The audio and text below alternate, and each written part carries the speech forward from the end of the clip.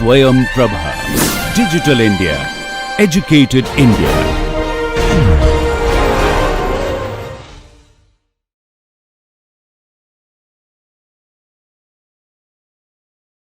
Okay, so I hope all these points are clear to you. So we saw that before excitation due to the ramp type loading due to pulse force. Okay, and then we got into not pulse force, step force, and then we got into pulse type excitation. We studied different type of pulses, and we said that you need to know how to derive the expression. You can always derive the expression considering forced and free vibration phase, and then taking out the maximum response as the absolute maximum of two phases. Okay, and the important thing is to get the RD by U value, the response spectra, so that we can utilize to get the response. Okay, so with that, I think most of the topics are finished in this chapter. However, there is one more thing remaining. All these pulses, okay, all these pulses are being applied as load PT here, okay, to the mass. Okay, but remember, for any of these situation, all of these pulses can also be applied through ground excitation. So what I mean to say, let us say if you have a hump like this on a road, or let us say anything, doesn't have to be like this, although this is a more common scenario that you might see, whether the road bumps you encounter during driving. Okay, so it could be something like this, but it could also be approximated like this. If you have a pothole that is like this, it could be approximated like that. Okay, so all I'm saying that initially all these forces were applied for when PT was applied to the mass, but what happens when the load PT is applied as a ground acceleration? So let us say it is applied as ground acceleration of UGT. Now in those cases, you know that we have utilized, or let me write it here, total acceleration as the relative acceleration plus the ground acceleration. Okay, so that we have derived. Okay, and we can write this, the total equation of motion, as k of m times the total acceleration plus k is equal to 0.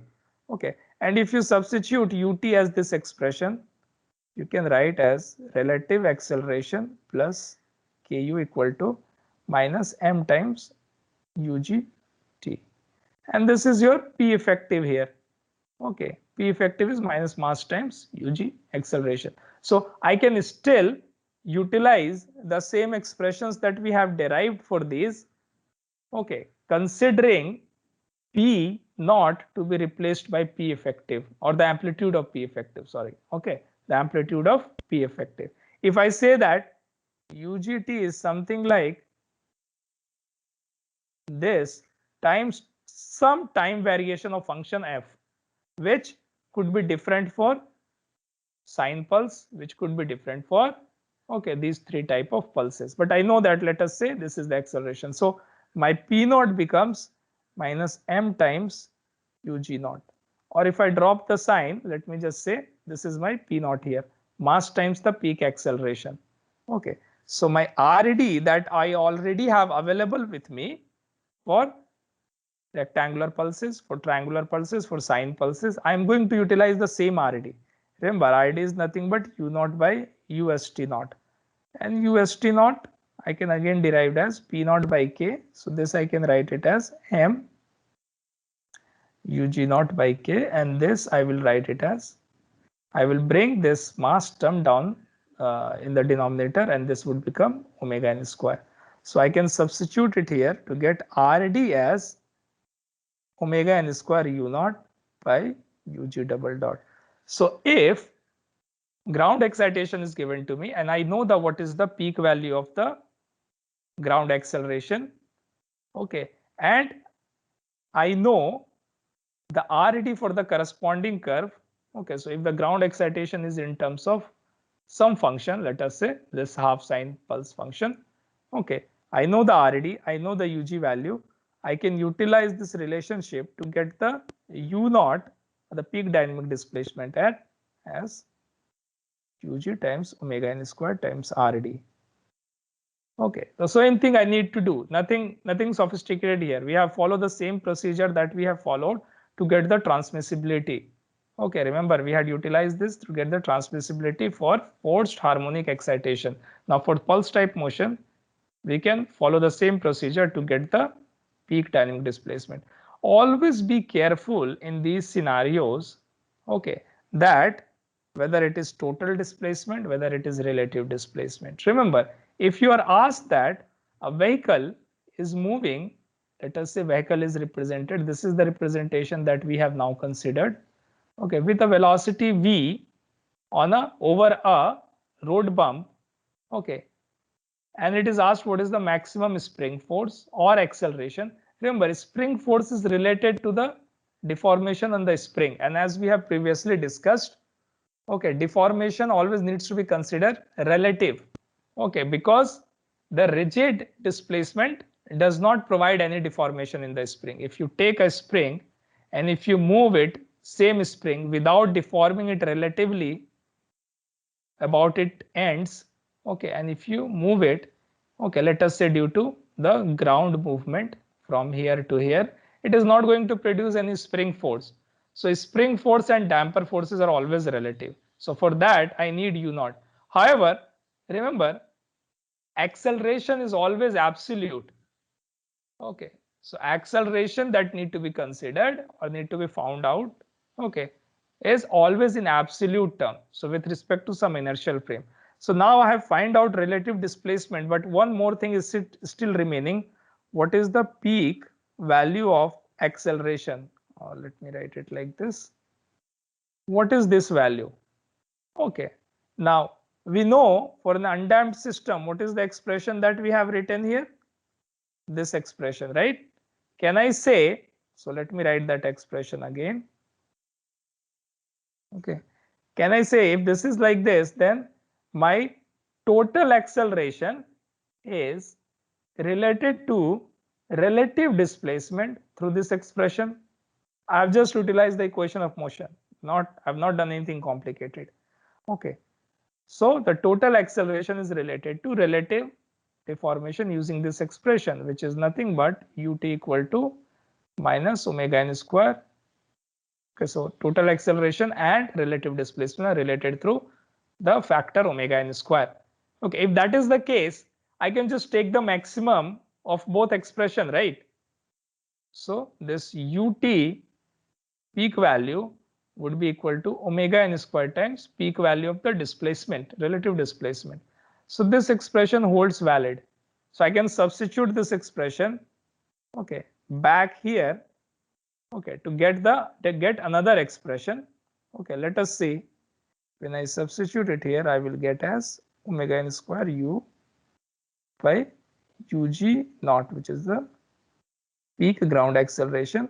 And this expression that I have numerator, I can write it as the peak value of total acceleration of the mass. Okay. So now if I know, or if I can represent ground excitation through any pulse type excitations, okay, I can utilize this expression to get the maximum value of the relative deformation or the maximum value of total acceleration. And these are typically the response quantities of interest. Okay, and remember that not always your ground excitation would be in terms of acceleration. Not always. Many times it would be, but many times it would be in the form of displacement. Like for the case here, like when you have something like, let us say sine. Okay, so let us say if you had a pulse type this, like this, okay, and you have a vehicle that is moving with velocity v, okay, over this pulse. Okay, so I can go ahead and construct a pulse type excitation, assuming that my TD would be now how much? Okay, let us not call this TD. This is the length of this bump here. Okay, so the TD, can I say, would be the total width of this bump divided by the horizontal velocity of the vehicle. All right, so that is the TD. Okay, and then the maximum value would be whatever the height of the bump is. I will call this as UG naught, so that my ground excitation is now in terms of displacement, and I can represent it similarly what I did for pulse type excitation, pi t by Td, when t is smaller than Td and it is equal to 0 when t is greater than Td. Okay, so for those cases, you would need to differentiate Ug to find out, okay, find out the ground excitation in terms of acceleration. So this becomes, there will be negative sign here, Ug double dot here. Okay, and this is what we have already done this, right? We have done this for the problems that we considered in the chapter 3. All right. So this concludes this chapter. Okay, all the theoretical discussion. Okay, anybody has any doubt up to this point? Okay, if not, then let us go ahead and do a problem. Okay, what we are going to do, last time we did a problem. In this case, let us say, okay, I have an overhead water tank. Okay, so I have an overhead water tank, something like this. Okay, and the mass is given, right? So the mass of this overhead water tank is actually 150, okay, 132 kg. Let me write it here again. Mass is 150, 132 kg. Okay, this is not, well, this is not comma here, not decimal here. Okay, so this is the total mass of this overhead water tank, and you guys would have seen this at many places, right? You have, like, overhead tank at many places to store water, to store temporary water for a community supply. Okay, and the lateral stiffness is also given to you through whatever calculation, but for you it is made simplified and said that lateral stiffness is 1600 kilonewton per meter. All right. Now, there is also a small damping. Okay, for this case. Okay, and what is being basically asked, that an arbitrary load is being applied to this. Okay, and the load function is given something like this. Okay, load function is given. The first part is actually a triangle here. Okay, and the maximum load, this is given as 200, and then there is a decay with some variation, and it is given at multiple points. Okay, this is basically 80 and this is 20. So this time duration is 0.02, this is 0.04, the third point is actually 0.06, and it ends at 0.08. So basically for this loading, your TD is 0.08. Okay, so for this force, and this is in kilonewton. Okay, so this waterhead tank is actually subjected to, let us say, this load. Okay, and you can very well assume that this load represents sometimes some type of, like, shock wave loading or something like that. What you need to find out, what is the maximum base shear and what is the maximum moment in this overhead water tank. Okay, subject to this loading here, and mass and stiffnesses are given to you. Can you do this problem? Take 10 minutes and try to solve this problem.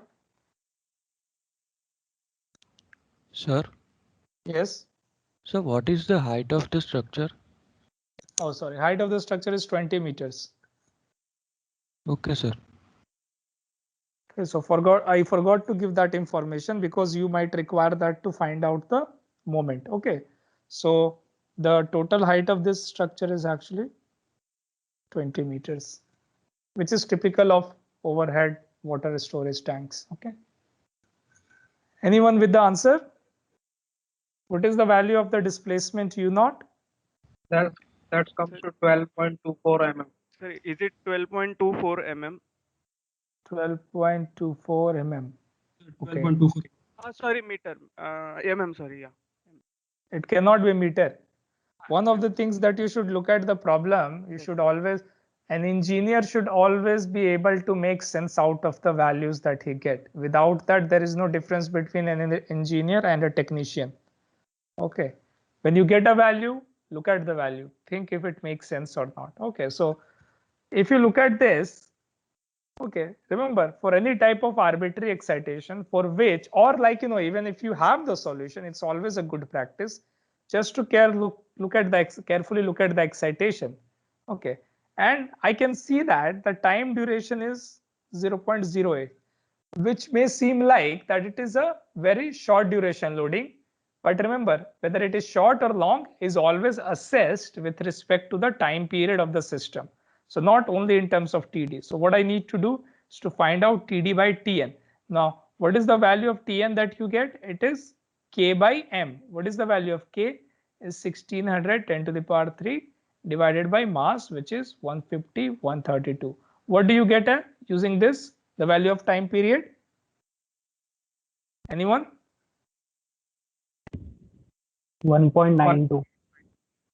1.92. 92. Okay. Yes. So utilizing that, okay, maybe this one, yeah, we can find out that time period is actually 1.92 second. Okay, so TD by Tn, what do we get? TD by Tn is much smaller than 0.25, which kind of we use as like a threshold. 1044. Okay, so yeah, you can calculate it, but for this case not even required. Okay, so for this case, kind of hanged. Okay, so for this case, once I know this, I can say that my loading can be treated as an impulse. And if I know that it can be treated as an impulse, it is not important what kind of shape it is. All that is important is to find out the total value of impulse. Okay, now for this type of system, I can go ahead and I can find out the total area by considering either this triangle and then these trapezoids. Okay, so I'm going to approximate this curve in small areas. The first one would be an exact triangle. The second one, I will approximate that as a straight line and this as a trapezoid. And similarly for the third and fourth part. Basically, there are only 3 parts, only up to third part. Okay, so to find out total impulse, I'm going to find out P0 times TD. Okay, times whatever the value here is. First would be this triangle, then this trapezoid, which would be a different P0 and TD. Okay, TD would be same, but P0 would be different. So it would be half sum of the peaks times whatever the duration, which is TD. Then the third trapezoid again, and I can do it for all the trapezoid and sum it up to get the total area under the P curve, which would be my impulse. Once the impulse is known, I know that my total or my peak dynamic displacement is nothing but I by m omega n. Okay, which I can write this as I divided by m times 2 pi by Tn. So I can also write this as the value. Okay, so you can find out what is the value of the displacement as well. Okay, once you know the displacement, what is the base shear? If I have a system with mass m and it is by u naught, the force here I know that is nothing but k times u naught. Unless there is a damper as well, then you need to add the damping force as well. But here the damping was 1.24%. So just for the sake of it, I'm going to neglect the effect of the damping. Okay, because this small of damping does not play a role unless specifically you have been asked to calculate the peak response including damping. Then you would need to consider that. Okay, now for this case, this is my base shear. Once the base shear is known, I know the shear force would look like something like this here. Okay, because there displacement u naught here, whatever the force here would be the same force at each and every point. So this is a constant shear force of K times U naught.